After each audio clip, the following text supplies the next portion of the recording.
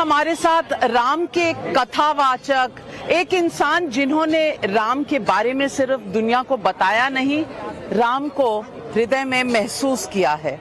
उन्होंने राम को हर उस हाल में देखा है जिस तरह पिछले 150 वर्षों से वो अयोध्या में थे।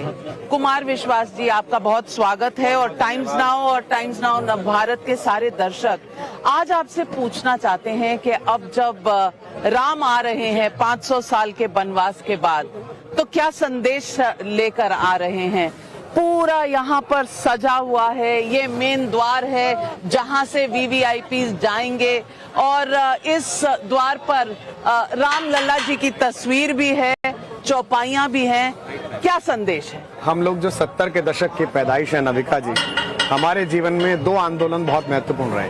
क्योंकि 77 का जब आपातकाल का आंदोलन आया तब तो हम बहुत छोटे थे, तो इस आंदोलन ने हमारी वैचारिकी को गढ़ा है। हमने इस देश की बेचैनी को देखा है, हमने इस देश के आम नागरिक की व्यवस्था को देखा है। क्योंकि विषय राजनीतिक हो गया, क्या ही अच्छा होता।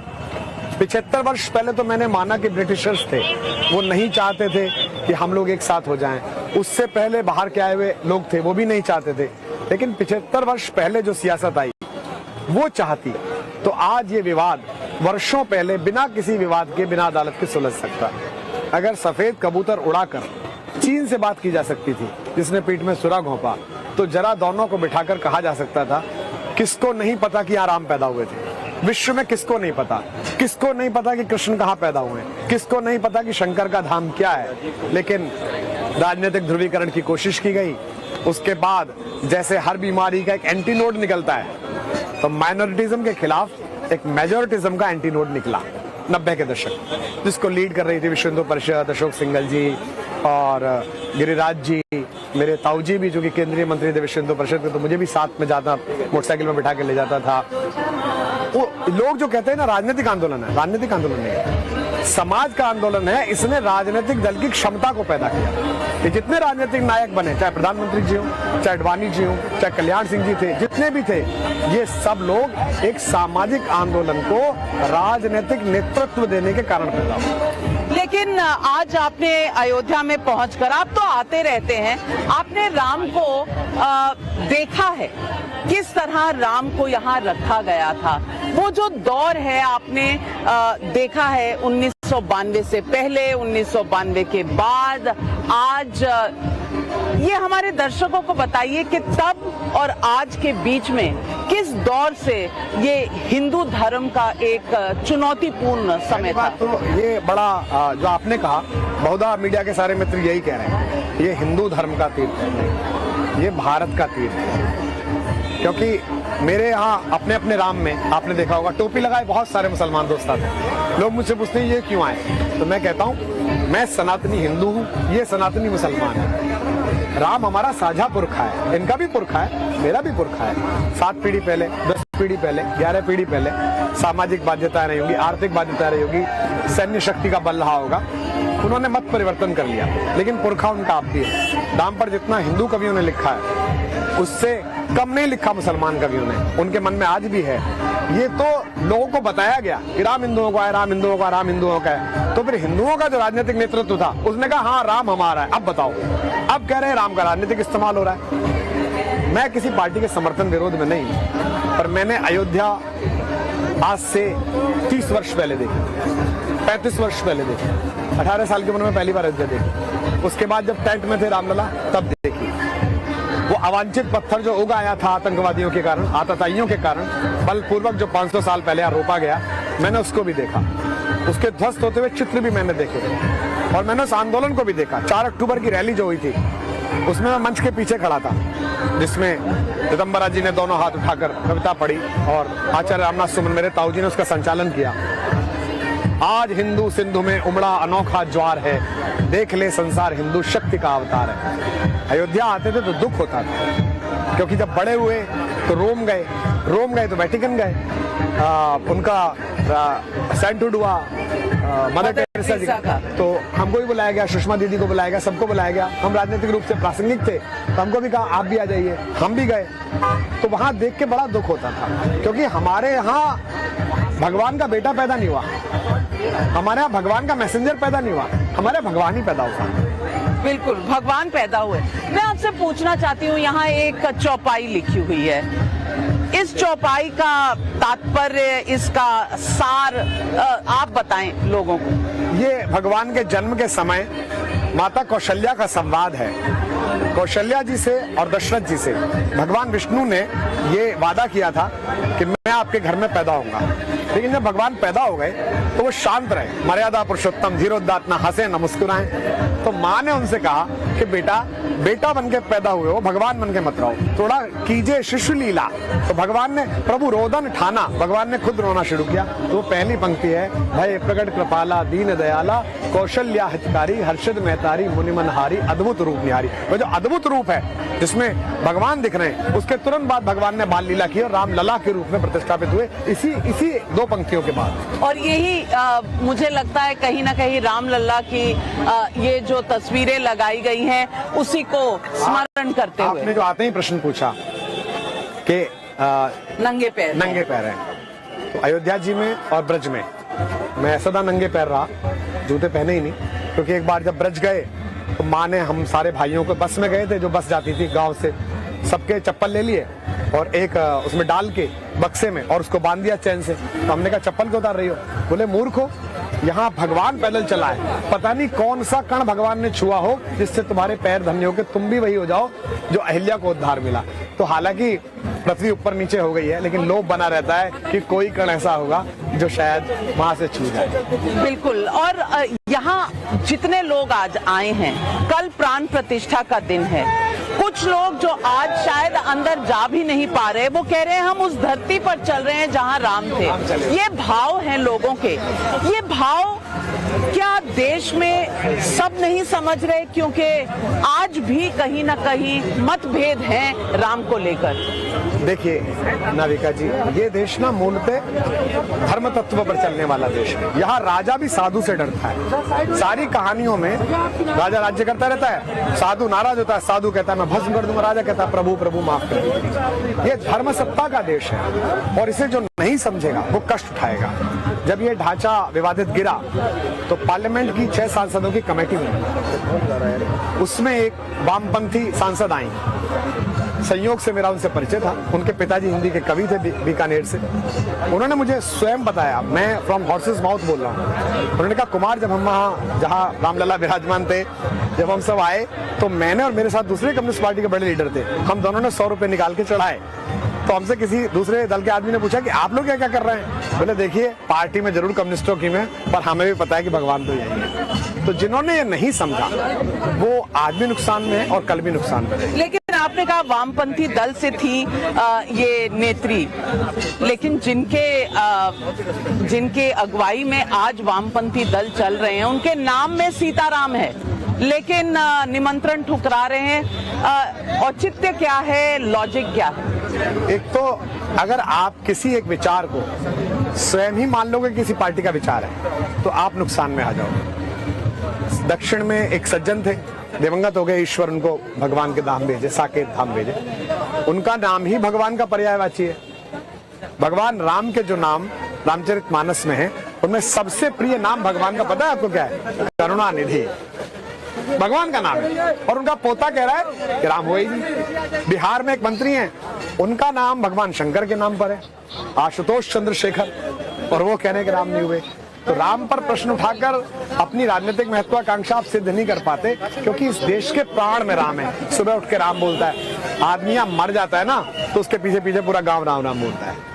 बिल्कुल, हमारे यहाँ तो इस तरह की हमारी सोशल जो अपब्रिंगिंग है, कल्चरल है, हम एक दूसरे को नमस्ते प्रणाम नहीं करते, राम राम करते हैं। मैं एक अद्भुत बात बताऊं, पहली बार मैं चैनल पे बता रहा हूँ। मैं जिस गांव का रहने वाला हूँ, बुलंदशहर जिले में एक छोटा सा गांव है दरियापुर नवादा। मैं अपने पिताजी के साथ जाता था, पिताजी प्रोफेसर थे।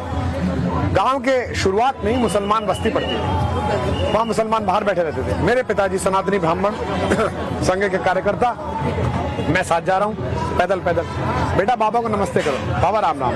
वो क्या करते थे, और भाई चंदर मास्टर कैसे हो? वो कहते चाचा राम राम, राम राम भैया। ये सारा मुसलमान बोलता था। उनको लगता ही नहीं था कि ये गलत संबोधन है। ये तो धीमे धीमे उनकी आंख में उंगली डाल के बताया गया कि यहाँ पर ये है। अभी कल कोई सज्जन कह रहे थे, नाम नहीं लेना चाहिए, कि सब जानते हैं कि 500 साल से हम यहाँ पूजा करते थे। मैंने उनसे कहा गिनती 500 तक ही आती है क्या? 7,500 साल से कौन पूजा करते थे, जरा ये भी देख लो। बिल्कुल बिल्कुल सही कहा। और आपने करुणानिधि, जिनका नाम ही बिल्कुल, लेकिन आज कुछ रिपोर्ट्स आ रही हैं तमिलनाडु से, जहां कहा जा रहा है कि मंदिरों में पूजा भी स्थगित करने की कोशिश की गई है। ऐसा एक ट्वीट आया है निर्मला सीतारमण जी का कि वहां पुलिस डाल दी गई है कि कोई पूजा याचना ना हो आज और कल में वहां। अब ये किस तरह की प्रवृत्ति है? राजनीतिक टिप्पणी का दिन नहीं है, एक बस चौपाई सुन लीजिए। जाको प्रभु दारुण दुख देई, जाको प्रभु दारुण दुख देई, ताकि मति पहले हर ले।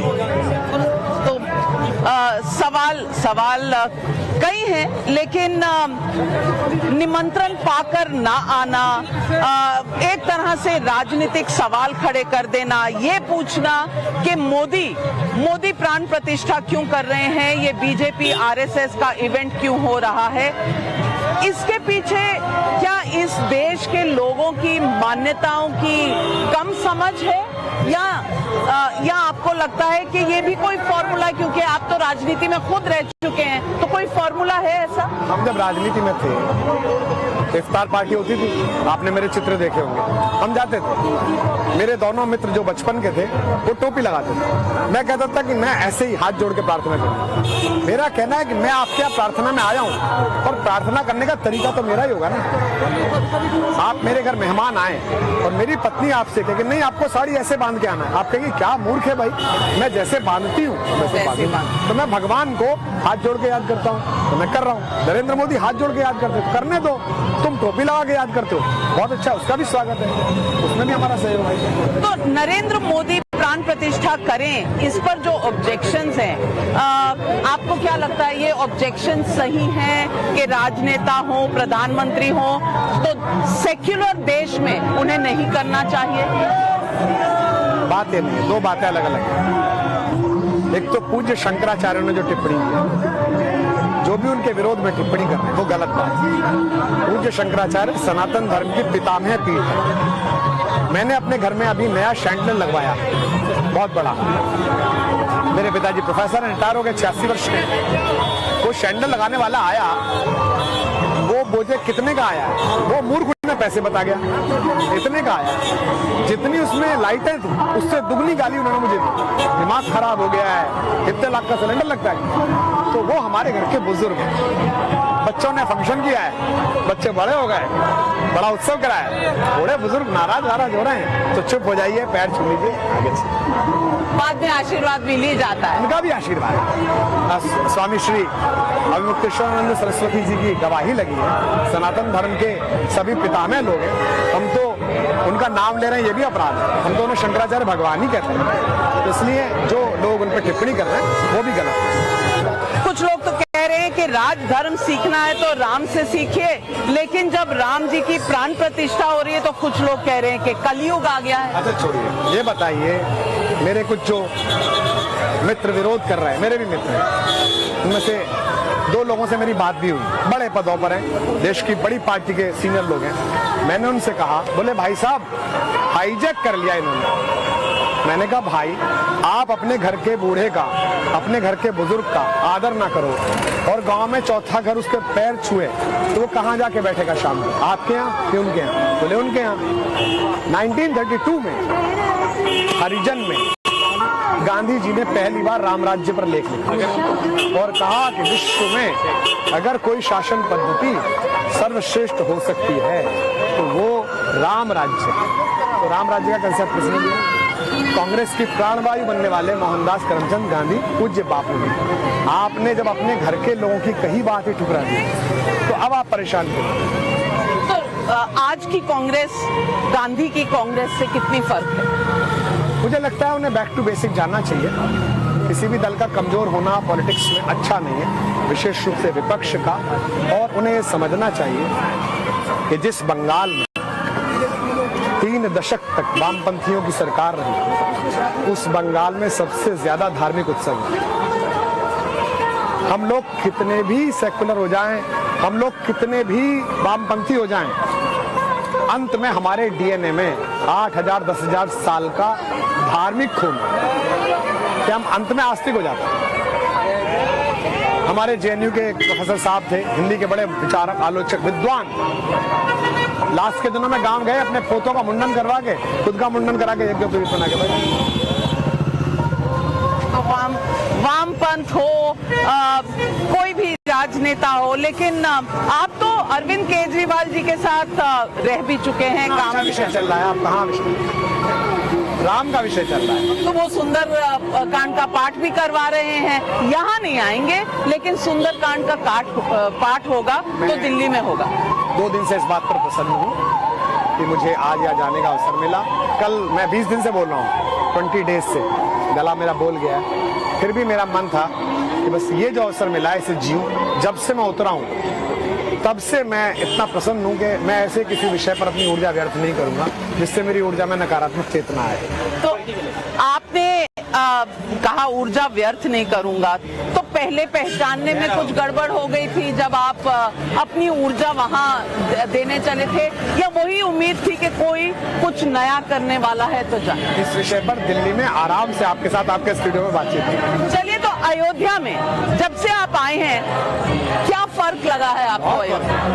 अब लग रहा है कि राम का नगर है, और मैं आशा करता हूँ 1-2 वर्षों में और ज्यादा प्रगति होगी।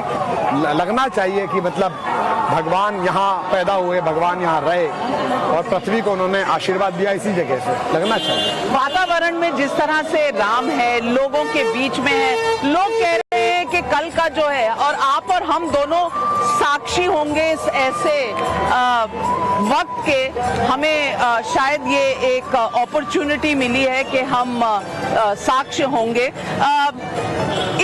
इस वक्त जो लोग कह रहे हैं कि ये एक वीवीआईपी फंक्शन हो गया है, ये किस तरह की सोच है? मुझे तो अतिथियों की सूची पता नहीं है, और ना मुझे इस बात का भी कोई आशय अभ्यास था तो मुझे बुलाया जाएगा। 2 महीने पहले जब पहली बार फोन आया तो मुझे लगा कोई क्राइटेरिया होगा, लेकिन सभी मानक और महत्वपूर्ण लोग जो इस भारत का विमर्श गढ़ते हैं, चाहे वो कांग्रेस के हों, चाहे वो अन्य दलों के हों, उन सबको बुलाया गया, और मुझे लगता है सबको आना चाहिए। सबको आना चाहिए था। ये देखिए, यहाँ से पूरी सजावट शुरू है, और जिस तरह से राम जन्मभूमि के जो ये मुख्य द्वार हैं जिनकी तरफ हम चल रहे हैं, यहाँ लोगों में एक अलग किस्म की उत्सुकता है, हर्षोल्लास है। आप ये जो पूरा चेंज हुआ है, इस चेंज को कैसे देखते हैं, इस बदलाव को कैसे देखते हैं? था कि 90 के दशक में था, लेकिन तब इसको दबाया गया, आज इसको प्रश्रय मिला है, आज इसको 2 हथेलियां मिली है। तो वो जो एक शिखा लगाई गई थी जीती का, वो अब यज्ञ की ज्वाला में परिवर्तित हो गई, इतना ही हुआ है। बिल्कुल। और यहाँ अगर हम देखें तो ये मुख्य द्वार जो है, यहाँ से कल शायद कुछ लोग अंदर जाएंगे और पहली बार दर्शन पाएंगे।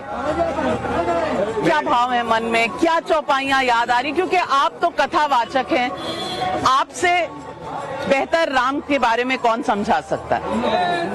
अभी जितने भी गीत लोगों ने लिखे हैं वो राम के आगमन पे लिखे हैं कि राम आ रहे हैं, राम आ गए, राम चले।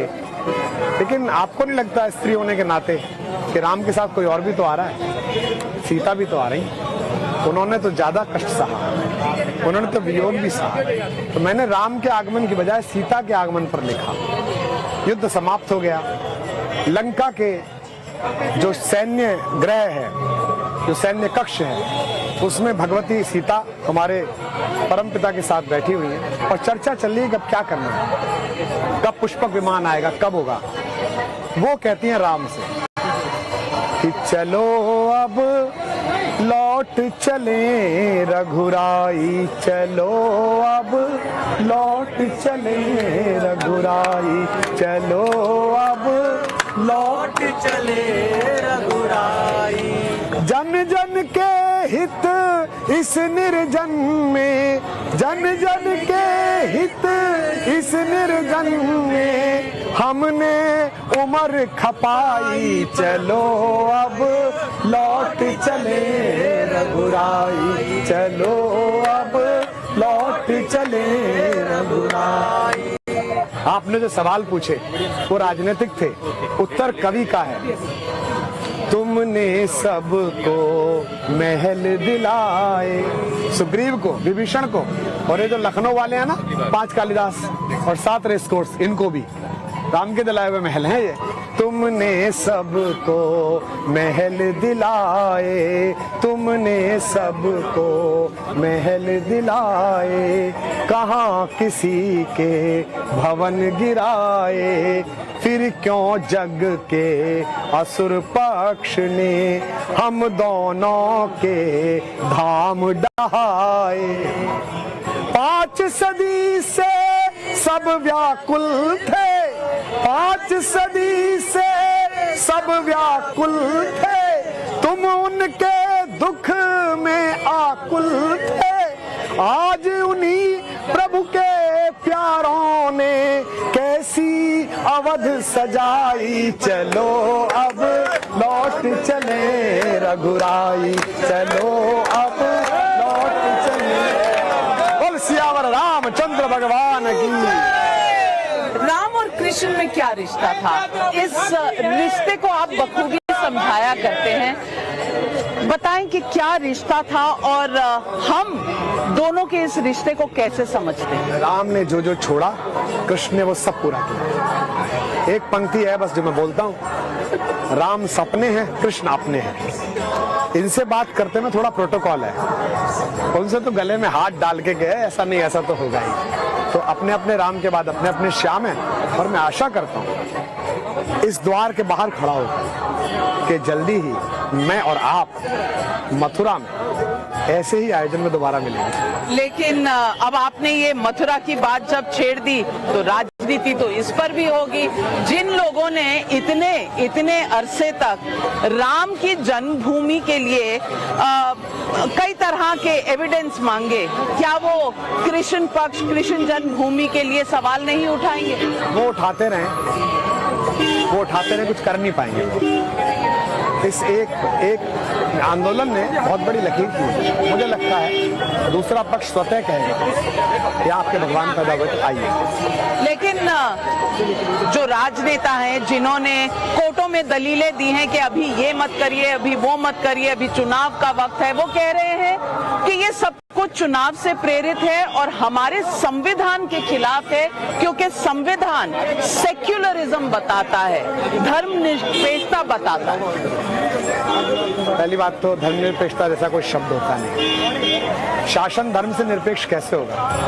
राजधर्म अपनी अलग जगह, शासन का अपना धर्म। मैं तो ठीक है, मैं भी अंदर से सेकुलर आदमी हूँ। सेकुलर का मतलब सबको अपनी धार्मिक मान्यताओं के साथ जीने का अवसर मिले। यहाँ सबको मिल रहा है, हमको भी मिल रहा है, दूसरों को भी मिल रहा है। और मुझे लगता है कि कैसे होगा मुझे नहीं पता, पर मैं आज आपके कैमरे पे कह रहा हूँ, मैं और आप बहुत जल्दी कृष्ण जन्मभूमि के द्वार पर ऐसे ही उत्सव के लिए मिलेंगे। ये उम्मीद कई लोगों के मन में है, लेकिन एक सवाल ये उठता है कि राम हमेशा, पुरुषोत्तम राम हमेशा सही दिशा बताते हैं कि इंसान को सही दिशा में कैसे चलना चाहिए। आपके हिसाब से आज के युवाओं को ये कैसे समझना चाहिए कि सही दिशा क्या है जो राम के मन में थी, जो हमें एक मर्यादा पुरुषोत्तम राम के रास्ते पे चलाना था? मेरे कार्यक्रम में अगर 1 लाख लोग आते हैं, 70,000 युवा, इंजीनियरिंग कॉलेज के लड़के, मेडिकल कॉलेज के, टेक्नोक्रेट, सॉफ्टवेयर इंजीनियर, उनको मैं भजन नहीं सुना रहा।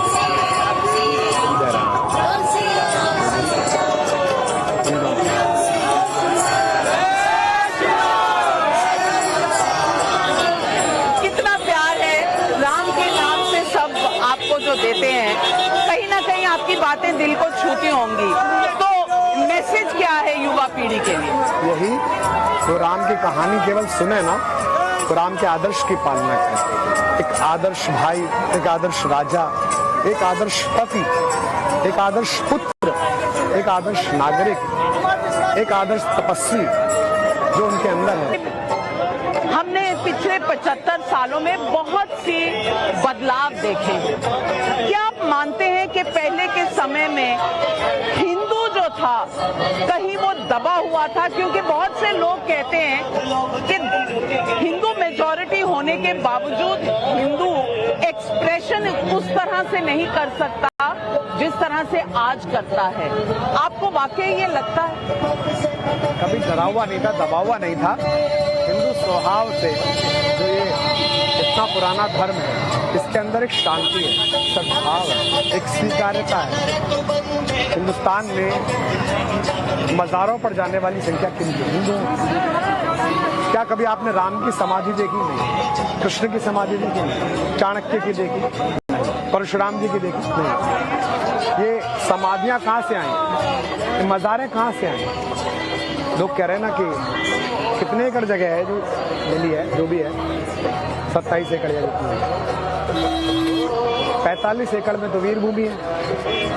राजीव गांधी जी बड़े पूज्य है, भारत में कंप्यूटर क्रांति लाए। बहुत अधिक में बापू की है, बहुत अधिक में जवाहरलाल जी की है, पूज्य अटल जी की भी वहाँ पर समाधि है। तो ये जो कल्चर आई, संस्कृति आई, ये दूसरों से आई। तो हिंदू के पास एक्सप्रेशन भी था, पैशन भी था, बट रिएक्शन नहीं है। तो रिएक्शन नहीं करता, और मेजॉरिटी को रिएक्शन करना भी नहीं चाहिए। आपने माइनॉरिटी अपीसमेंट करके सरकारें बनाई, तो हिंदू समाज आंदोलित हुआ। वो ढूंढने लगा कि कौन वो लोग हैं जो हमारे बारे में बोल सकते हैं, तो हमारे बारे में कैसे। तो जैसा मैंने शुरू में कहा, आज जो मेजॉरिटी की पॉलिटिक्स के लीडर्स हैं वो अपनी वजह से नहीं, मेजॉरिटी के लोगों ने उनसे कहा है कि भैया हमारी बात करने के लिए प्लीज बी द लीडर बन जाओ। अशोक सिंघल जी कहाँ के लीडर थे? विश्व हिंदू परिषद के, संतों के साथ समन्वय का काम था। कितना बड़ा काम करा उन्होंने। लाल कृष्ण आडवाणी पॉपुलिस्ट लीडर नहीं थे, लेकिन एक मुद्दा था जिसे लेके चले, पॉपुलिस्ट लीडर नहीं। उनके रथ के संयोजक, मैं उनको 2001 से जानता हूँ, प्रधानमंत्री जी, जब वो दिल्ली में संगठन का काम देखते थे। पहली बार अटल जी के वहाँ मिले मुझे, तब से मैं देखता हूँ उनको। तो वो लोगों ने कहा कि आप इस बात को कहिए, अब आप एक रिएक्टिव चीज़ करोगे तो उसका एंटीनोड तो निकलेगा। कोरोना आएगा तो उसका वैक्सीन तो आएगा। कोई कह रहा है कि आज भी बाबरी को याद कर रहा है, ढांचे को याद कर रहा है। कोई कह रहा है मस्जिदों में आ जाओ, नहीं तो बाकी की मस्जिदें भी गिरा दी जाएंगी। ये इस तरह की बोलचाल, ये सिर्फ राजनीतिक है या कहीं? सिर्फ राजनीतिक है। दूसरा पक्ष भी राजनीतिक कामों के लिए इसका इस्तेमाल कर रहा है। बुरा मत मानिए, वो भी कर रहे हैं। करेंगे, क्यों नहीं करेंगे भाई? आप करेंगे और वो नहीं करेंगे तो वो यहाँ भंडारा खोलने आए, वो यहाँ सामाजिक संस्थान चलाने आए, वो क्रिकेट टूर्नामेंट करने आए, वो चुनाव जीतने आए नहीं भाई। जो कह रहे हैं ना कि साहब मंदिर का इस्तेमाल भाजपा वोट बैंक के लिए कर रही है, तो भाजपा किस लिए बनी है? क्रिकेट टूर्नामेंट कराने के लिए करी है, मेरी रामकथा कराने के लिए बनी है, कवि सम्मेलन कराने के लिए बनी है। भाजपा चुनाव लड़ने के लिए बनी है भाई साहब। तो आपने जब चुनाव में ये कहा कि मैं जो है घुसने नहीं दूंगा अडवाणी को, घुस के देखे, और मस्जिद जो है वो मैं लाश बिछा दूंगा, उन्होंने कहा मंदिर बना देंगे। जिसकी वोट ज्यादा थी वो जीत गया। अब आप रो रहे हो, ये सब नहीं करना, उन्हें भी नहीं करना चाहिए था, इन्होंने रिएक्शन में किया, हो गया।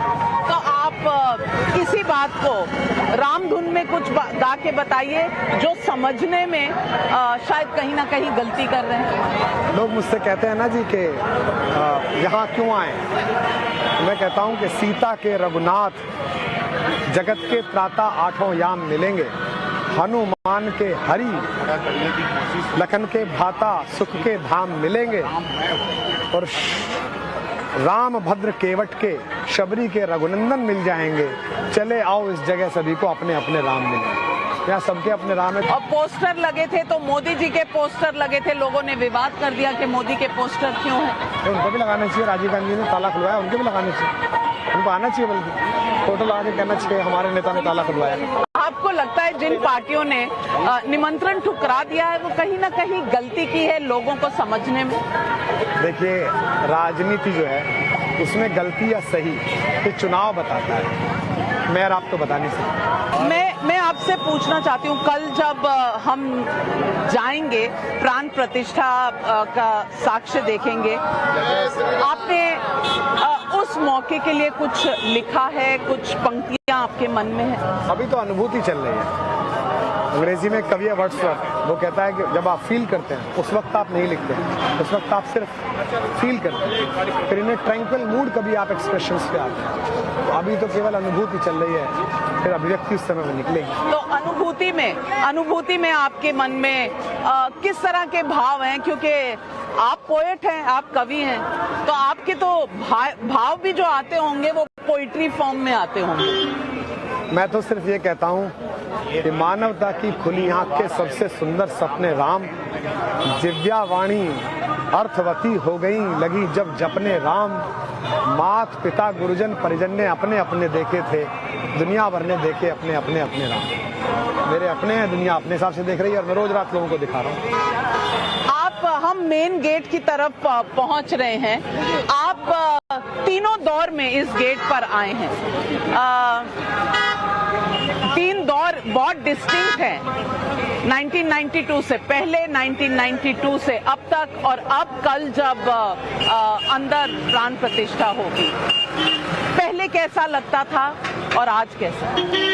सबसे पहले जब यहाँ वो ढांचा था तो गुस्सा आता था, फिर जब यहाँ टेंट बना तो खुद पर तरस आता था, अपनी शक्तिहीनता पर। आज ये इतना बढ़िया सुप्रीम कोर्ट के आदेश के बाद ये इतनी बड़ी चीज हुई है, तो आज कृतज्ञता का, आनंद का अनुभव हो रहा है कि चलो वर्ष लगे, थोड़ा सा समय लगा, ज्यादा ही लग गया, बल्कि मुसलमानों के सबसे बड़े लोग हैं वो आए, हिंदुओं के सबसे महत्वपूर्ण शंकराचार्यों को, मानक आचार्यों को बुलाएं, बैठें और कहें भाई आपके ईश्वर इन दो जगह पर पैदा हुए थे, यहाँ पर पैदा हुए थे, हम ये जगह यहाँ से हटा रहे हैं और हम ये आपको दे रहे हैं, आप बना लीजिए, सारी पॉलिटिक्स को विराम दीजिए। ये मुख्य द्वार है, रामपथ है, यहाँ सुग्रीव किला है, और ये जो अंदर की सड़क है ये पूरी अंदर लेके जाएगी राम मंदिर तक। आज यहाँ आकर ये रामपथ है और ये जन्मभूमि पथ है। एक बात मैं अक्सर अपने राम में कहता हूँ कि भगवान बस इतनी शक्ति दे कि वाम पथ पर जाती हुई पूरी पीढ़ी को राम पथ पे ला सके। जो कंक्लूजन है, जो एक उस हाई पर ले जाता है, उसके बारे में कुछ पंक्तियां, कुछ भाव व्यक्त कर। हम लोगों के लिए तो अभी ये इसको ना अंदर समेट पाना थोड़ा दुष्कर है, और मुझे लगता है जो अनुभव मुझे और आपको हो गया इसका, वो 20 साल बाद, 30 साल बाद, 50 साल बाद बड़ी पीढ़ी को नहीं हुआ। उसको लगेगा ठीक है मंदिर है, पर हमने इसी सरयू के जल में ना लाल धाराएं देखी है, लहू।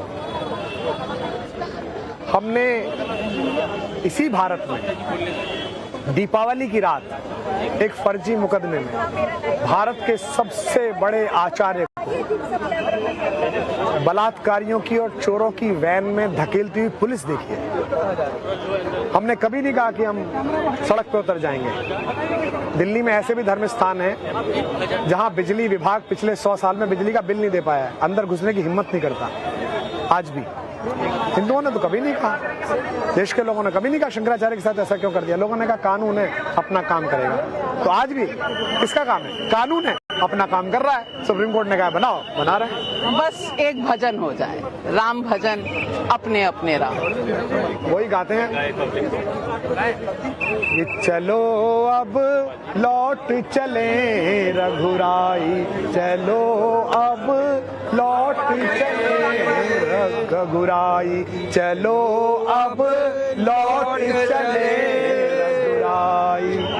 जन जन के हित इस निर्जन में, जन जन के हित इस निर्जन में, हमने उम्र खपाई, चलो अब लौट चले रघुराई। बोल सियावर रामचंद्र की जय श्री राम, जय श्री राम। हमारे साथ बात करने के लिए और सुमिरन करने के लिए कि राम ने कितनी जंगें लड़ी और यहाँ लोगों ने कितनी जंगें लड़ी कि आज इस जन्म भूमि में रामलला विराजमान हो सके। कुमार विश्वास जी, आपका बहुत बहुत धन्यवाद।